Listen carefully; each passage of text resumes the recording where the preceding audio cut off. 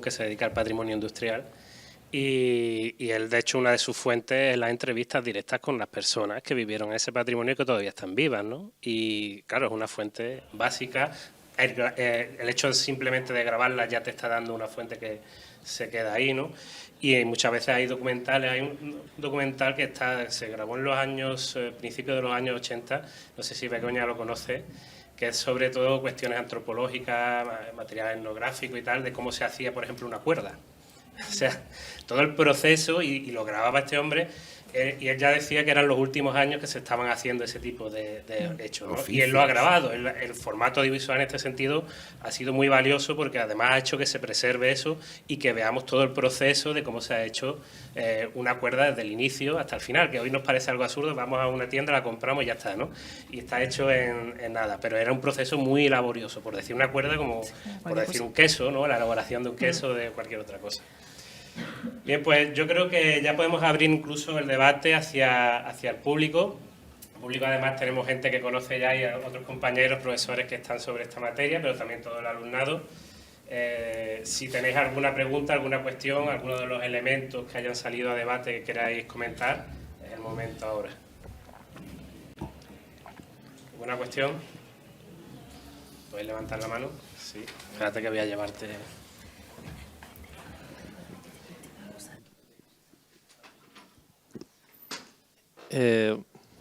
Sí.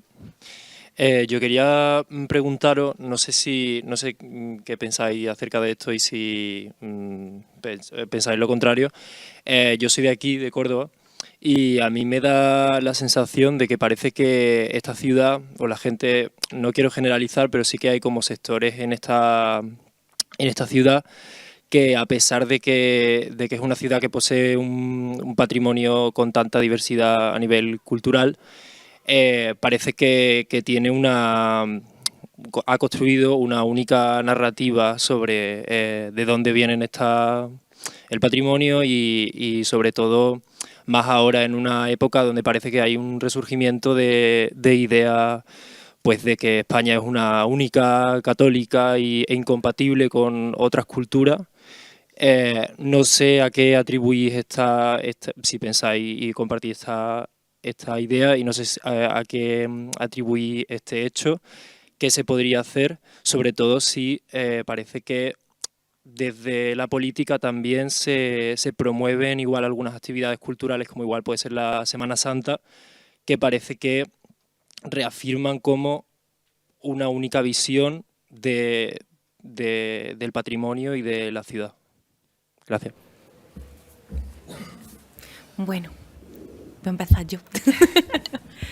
Me parece muy interesante la reflexión que planteas porque creo que hay muchísimas personas que piensan así. Oferta cultural hay, creo yo, de todos los tipos, de todas las maneras. Ya digamos, un poco el ruido o el peso que se le quiera dar a uno en detrimento de a otro. En el patrimonio no hay, creo yo, ni parte mejor ni parte mejor. El patrimonio es patrimonio, no tiene mayor peso un patrimonio religioso que un patrimonio arqueológico, que un patrimonio de cualquier tipo. Lo que sí creo que a lo mejor, no sé si me estoy metiendo en terreno pantanoso, puede que sí, que igual que el patrimonio y la cultura despiertan el ingenio, yo creo que también despiertan el pensamiento crítico de las personas. Pero una persona que a lo mejor no tiene sus necesidades básicas cubiertas o que está preocupada constantemente por cubrir esas necesidades básicas, a lo mejor no se sienta a reflexionar sobre el mensaje que le están transmitiendo o la manera en la que interpreta la vida. Es decir, un poco, creo yo que ahí es donde entramos todos nosotros con estas narrativas, porque más que a una élite cultural es muy fácil plantearle un discurso. A una persona que está más preocupada por otras cuestiones que por el mensaje que le están diciendo, ahí está el reto de transmitirle, digamos, un discurso a esa persona que alimente su pensamiento crítico. No contarle, y si mira al final que barro, pues siempre para casa. El yacimiento está, esta es la cimentación, este es el alzado, esta es la casa. No, eso es fácil. Contarte qué es qué, eso es muy sencillo. La cuestión es cómo despierta, y yo se lo planteo a vosotros, cómo planteas tú ese pensamiento crítico en una persona de esa Córdoba contemporánea en la que a lo mejor siempre se ha hecho política un poco y cada uno va a barrer un poco quiero ser un poco así más delicada. Es decir, de siempre se ha utilizado la historia y el patrimonio como una manera para legitimar la propia autoridad. Es decir, eso es un básico. Eso es el básico del patrimonio de la historia. La cuestión es, ¿tú cómo plantas esa semillita en esa persona para que piense críticamente y diga, oye, pues si me están bombardeando con esto, voy a plantearme lo contrario, voy a leer? Y nuestra responsabilidad, creo yo, ahí que entra en ofrecer discursos o ofrecer recursos más que discursos para que esas personas puedan decir, pues si me están planteando esto, voy a lo contrario. A ver qué dice esto. Ahí creo yo que está un poco una utopía lo que estoy planteando. Punto de vista, ¿no? Sí. De lo que se mira. ¿Sí? Sí. Yo no sé si a lo mejor lo que estabas planteando es lo que en otros foros pues llaman esta manera de incrustarnos un pensamiento único, una única manera de ver las cosas, y yo creo que precisamente las cosas de cultura y las manifestaciones del patrimonio cultural son una inmensa invitación a la diversidad, y la diversidad es lo que el pensamiento único le entra mucha rabia. No lo puede soportar. Entonces yo creo que deberíamos de ser agentes que pongamos en valor la diversidad, y que hay épocas con más diversidad, con menos diversidad, y aun siendo manifestaciones de poder, hay épocas que podemos destacar, poner en valor en el relato, en la invitación a interactuar con determinado patrimonio, donde dices, mira, hubo épocas de nuestro arte, del arte que estás contemplando, que no tenía ninguna reticencia, ningún problema en reutilizar elementos de otras culturas para construirse a sí mismo. Y para levantar todo esto utilizamos elementos romanos, elementos visigodos, elementos... Y en esta diversidad tienes lo que tienes delante. En otros casos, que me digas que esto es sí y solo sí, como tú quieres que yo lo interprete, ya se me queda corto. Para un ciudadano del siglo XXI esto se me queda corto. Yo creo que escarbar por ahí el poder hacer esa especie de fiesta de la diversidad que nos emite las expresiones del patrimonio, yo creo que es esencial. Por ejemplo, en las fiestas... en las manifestaciones populares, ¿no? En las fiestas populares. ¿Por qué se mantienen muchas veces las fiestas a pesar de que tienen expresiones en muchas ocasiones incluso aberrantes contra las personas y aberrantes contra incluso animales? Pero porque es un momento en el que la fiesta siempre ha sido ocupar el espacio público con la excusa de celebrar algo, lo que sea. Bueno, pues a lo mejor lo que hay que empezar a decir es, en esta fiesta no solo pueden caber una parte de la población, digo fiestas en las que solo pueden salir los hombres, o fiestas en las que solo pueden salir las mujeres, pues a lo mejor ya estamos en un siglo XXI en el que hombres, mujeres, niños y mayores tienen que poder salir en la fiesta y tienen que poder lucirse en la fiesta, y vamos introduciendo matices que, sin destrozar determinadas tradiciones, las van transformando y las van acercando a que sigan vivas con nosotros, pero también con nuestra capa. Nosotros tenemos derecho a poner una capa de contenido que mantenga vivas determinadas expresiones que ya exactamente no se sostienen.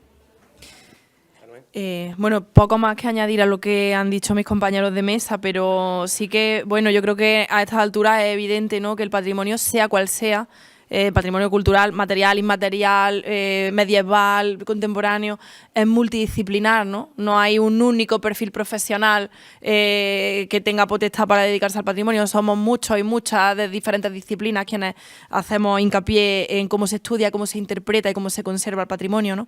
Es multidisciplinaria, es multicapa, por tanto, una visión única del patrimonio no ha lugar. Es decir, quien ofrezca una única versión, una única interpretación de un elemento patrimonial, os está engañando. Es así, ¿no? Entonces, en ese sentido, yo creo que actividades como esta que estamos planteando hoy van un poco en la línea de construir hacia una visión más plural del patrimonio.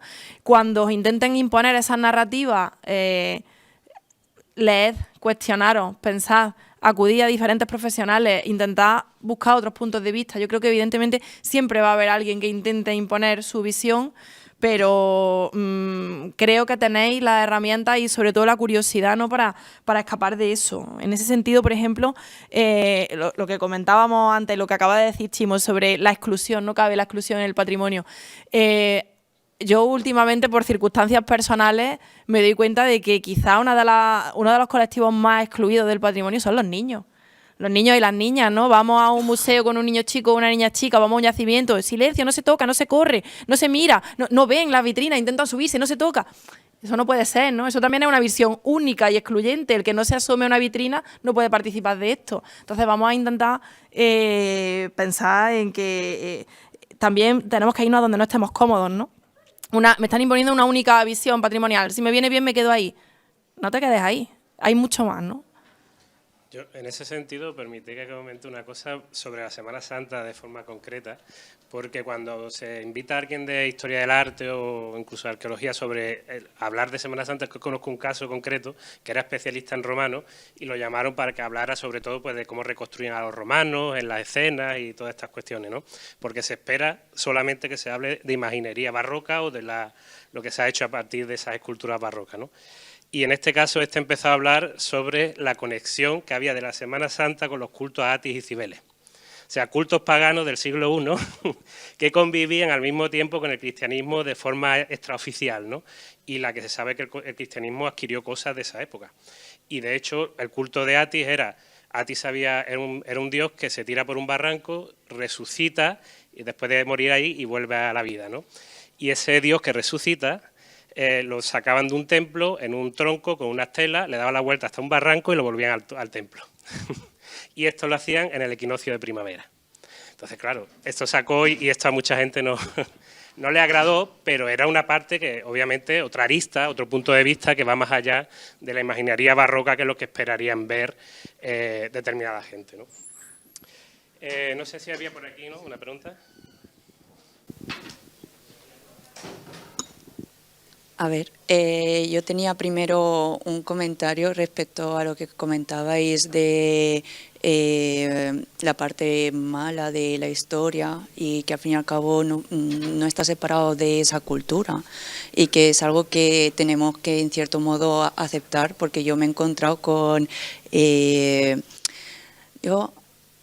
va a poder sonar un poco extraño, pero siempre me ha dado mucha curiosidad de la cantidad de museos de la tortura que hay en España. ¿Vale? Y al fin y al cabo forma parte de nuestra historia. Hay gente que yo cuando comento que me gustaría visitarlo por pura curiosidad, sé que no es algo agradable, pero la gente tiende a mirarme extraño y me resulta pues algo impactante. Entiendo que no es algo de gusto de todo el mundo, pero al fin y al cabo no es lo peor que ha vivido nuestra historia, por así decirlo. Entonces, pues... me hace mucha gracia el cómo la gente se levanta respecto a ciertos simbolismos o ciertas esculturas o ciertos iconos cuando nos encontramos con situaciones así, porque luego hay al fin y al cabo personas que los acaban defendiendo. Entonces es un poco como esa pequeña contradicción que dices hasta qué punto qué es lo que consideramos cultura y qué no, y hasta qué punto nosotros queremos aceptar esa parte de nuestra historia, ¿no? Y también al mismo tiempo la perspectiva y los puntos de vista que nosotros queramos aceptar y que nos han contado al respecto. Por otro lado, sí que tenía otra pregunta, que espero que no se me haya olvidado, que es el hecho del crecimiento también del turismo, y ya no solamente como efecto mercantil, que es lo que hablábamos al principio, sino el hecho de cómo ha incrementado el turismo nacional. Yo he tenido la suerte de que a mi familia le gusta mucho hacer turismo y yo he viajado por gran parte de España y he podido aceptar la cultura y ver muchísimas cosas y me encanta, en plan, lo he disfrutado muchísimo. Pero entiendo que no todo el mundo tiene esa suerte, pero sí que es verdad que también estamos acostumbrados a cuando hablamos de vacaciones o de cualquier otra cosa, siempre tendemos a centrarnos mucho a la playa, a la montaña, y nunca pensamos en esas opciones que tenemos tan cercanas. A mí me ha encantado poder conocer los pueblos de mi ciudad y poder conocer más mi comunidad y entender muchísimo más lo que me rodea. Y me da mucha pena porque sí que es verdad que a partir de la pandemia ha habido un crecimiento en cuanto a ese turismo y ese patrimonio cultural que nosotros acabamos aceptando. Pero si lo vemos de cierto punto, es también un tema un poco controversial porque nos quejamos al fin y al cabo de los turistas de fuera. Entonces es un poco extraño porque al fin y al cabo es como, oh, qué bien esa economía que nos favorece y al mismo tiempo no queremos que vengan, estamos ya un poco hartos, ¿no? Y al mismo tiempo es como nosotros, cuánto realmente ponemos de nuestra parte por conocer nuestro país, nuestra cultura, nuestro patrimonio y toda esa situación, ¿no? En plan, hay muy pocas personas que realmente se muevan por su propia comunidad, que al fin y al cabo acaban viendo ese patrimonio cultural como observadores, pero no se tienden a parar y realmente conocerlo o darles su propia interpretación. Entonces es un poco un tema que no se sabe muy bien por dónde coger porque todo el mundo dice, oh sí, conozco mi país o conozco mi cultura o conozco... Pero realmente cuánto conocen, cuánto conocemos porque tampoco he visto esa intencionalidad en la gente. En plan, es un poco, no sé, pues eso sería todo.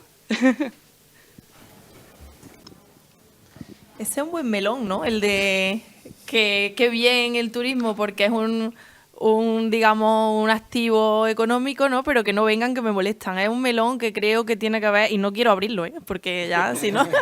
Pero creo que tiene un poco que ver con el derecho a la ciudad, ¿no? De hasta qué punto un turismo creciente y sobre todo de grupos, ¿no? Porque al final un matrimonio de turistas, una familia, pues no es tan disruptiva como un gran grupo que te impide caminar por la calle o que te impide sentarte en un restaurante o que...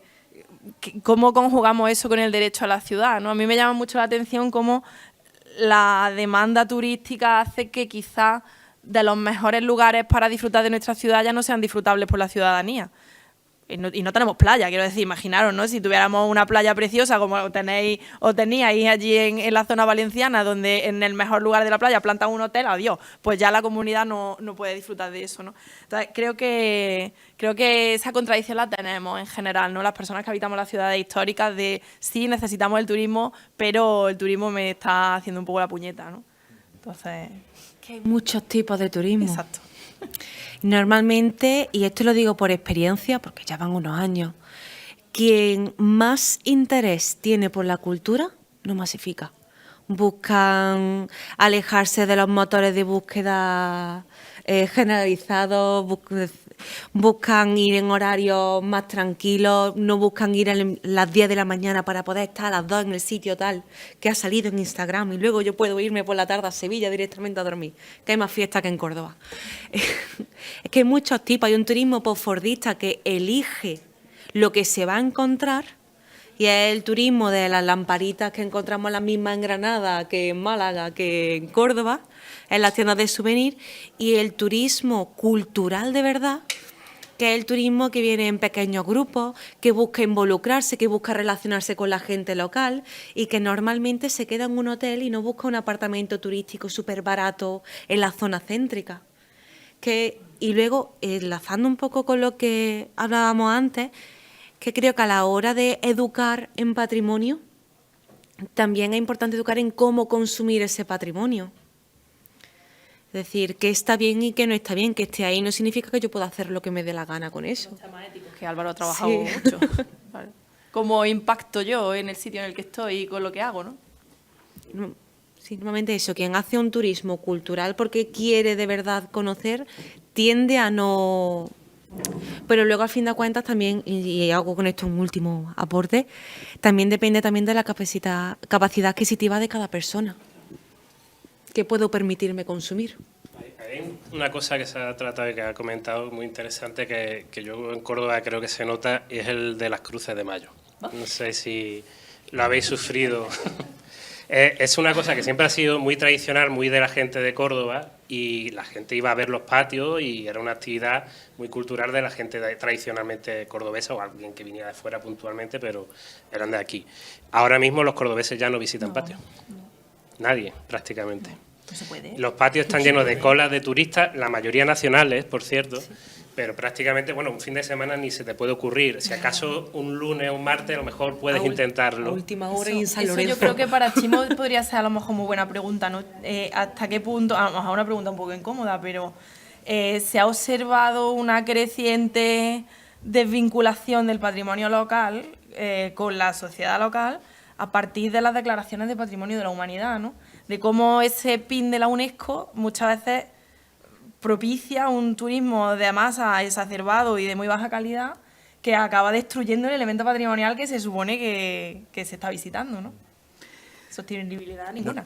No, bueno, no solo el título o la medalla o la consideración de patrimonio mundial o de patrimonio inmaterial de la humanidad, que sin duda, pues si uno tiene ese reconocimiento también para la comunidad social, que te reconozcan esto, no deja de ser, podríamos decir, una especie de chute de amor propio, que está bien, sostenerlo, fomentarlo y más a partir de referencias patrimoniales. Pero sí es cierto, y esto recuerdo que en los primeros cursos del máster de gestión de patrimonio cultural en Barcelona nos decían, cuidado porque muchas veces cuando algo se declara bien de interés cultural casi que está sentenciándolo a muerte. ¿En qué sentido? Pues que por un lado la figura administrativa, jurídico-administrativa del bien de interés cultural busca la preservación del elemento patrimonial, pero a veces lo que hace es inmovilizarlo y no permite su recuperación, su intervención de una manera que actualice su uso, que responda a las necesidades de la comunidad en ese momento, con lo cual casi que lo pones en el congelador y esperas que no se te estropee. Y se te acaba estropeando.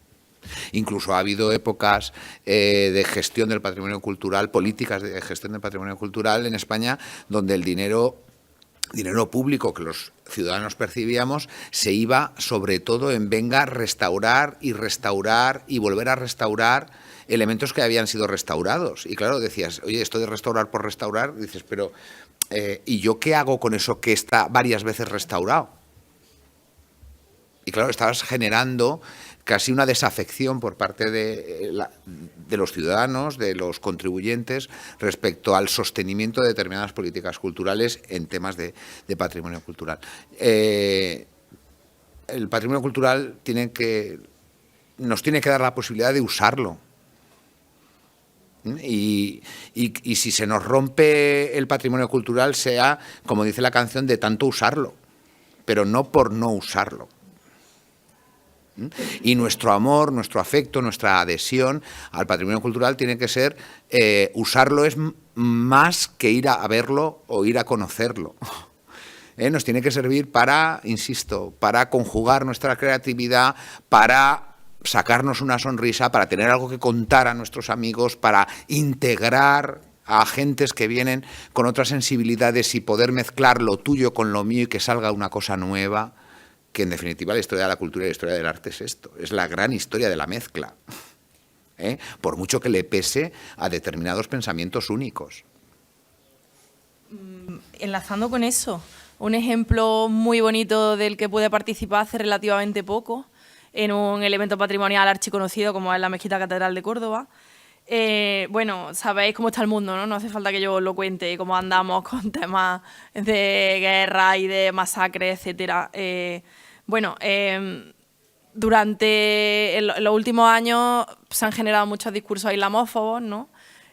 Con más o menos enjundia, con más o menos fundamento, pero lo cierto es que la gran mayoría de la población no informada, como decía Isma, ¿no? La gente que está preocupada por otros temas y que a lo mejor no se informa sobre estos temas, sino que le llega información, además desde lugares quizá no demasiado contrastados, pues sienten cierto rechazo, ¿no? Y es habitual, no lo voy a justificar ni mucho menos, pero es habitual que hay determinadas personas que vean, pues una mujer velada por la calle y no me gusta, ¿no? Es algo con lo que no estoy cómodo o cómoda. O veo gente árabe y si no me gusta, hablan árabe, ¿no? Eso, ¿alguna vez estáis haciendo así con la cabeza? ¿Lo habéis visto o habéis estado en alguna situación similar? Bueno, pues hace poco me integré en un proyecto de investigación para hacer del patrimonio un lugar de encuentro, sobre todo para comunidades que tienen problemas graves de integración. Hablo de comunidades de refugiados, de gente que ha tenido que salir de su país de la noche a la mañana sin absolutamente nada y tener que integrarse en un país que aparentemente no tiene nada que ver con ellos, ¿no? Y aprender un idioma nuevo y una nueva forma de vida y unos nuevos códigos sociales, ¿no? Y fue muy bonito ver cómo algunas de esas personas, además ya personas incluso mayores, ¿no? Estamos hablando de, había gente en el grupo de 50 y tantos años, 60 años, que hablaban de que a ellos habían estudiado al-ándalus en el colegio y que tenían un recuerdo, no se acordaban mucho, ¿no? Pero tenían un recuerdo bonito de lo que habían estudiado y tenían muchas ganas de conocer Córdoba y los trajimos a Córdoba.